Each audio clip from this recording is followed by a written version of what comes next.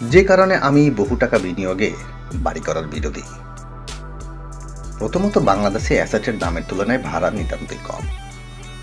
উদাহরণস্বরূপ বলি, ধরেন আপনি উত্তরায় 2000 স্কোয়ার ফিটের একটা বড়সড় ফ্ল্যাট কিনলেন, দাম নিলে 2 কোটি টাকা। এই বাসার ভাড়া বড় জোর মাসিক 50,000 টাকা। ধরে নিলাম কেউ বাসাটা কিনে নিজেই থাকা শুরু করলেন। অপরদিকে এটা না কিনে 50,000 টাকা ভাড়া দিয়ে সে এই বাসাতেই 1 বছরে মাত্র 6 লাখ টাকা দিয়ে থাকতে পারেন। মানে 10 বছর থাকতে পারেন 60 লাখ টাকায়, 30 বছর থাকতে পারেন 1,80,00,000 টাকায়। আর এই 2 কোটি টাকা হালাল এবং বিজনেস পন্থায় ইনভেস্ট করে প্রতি মাসে অন্তত 2 লক্ষ টাকা অনায়াসে বানাতে পারেন। তাহলে বছরে 24 লক্ষ টাকা। আর যদি আমরা এটা 30 বছর ধরি তাহলে 7,20,00,000 টাকা। এটা কতটা সফল তা বিচার আপনার হাতে।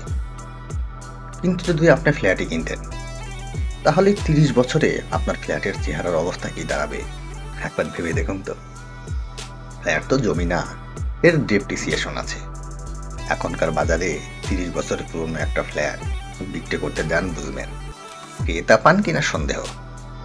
আর নিজেরা থাকলে প্রজন্মের রুচি ও দাবি অনুযায়ী বিল্ডিং ভেঙে আবার নতুন করে বাড়ি বানাতে কি পরিমাণ নতুন পুঁজির প্রয়োজন তা হিসাব মিলিয়ে নেই। কিন্তু যদি ভাড়া থাকেন, পুরো 30 বছরই নতুন ফ্ল্যাটে থাকতে পারেন, সুবিধা অনুযায়ী এলাকায় শিফট করতে পারেন, পরিবেশ ভালো না লাগলে বদলে ফেলতে পারেন।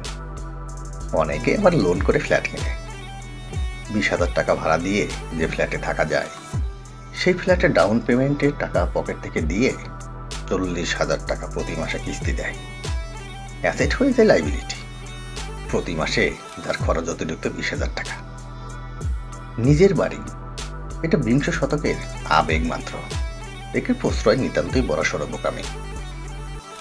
দ্বিতীয়ত, পরকালীন মতে বাড়ির মালিক হওয়া ব্যক্তি অহংকারী হয়ে থাকেন।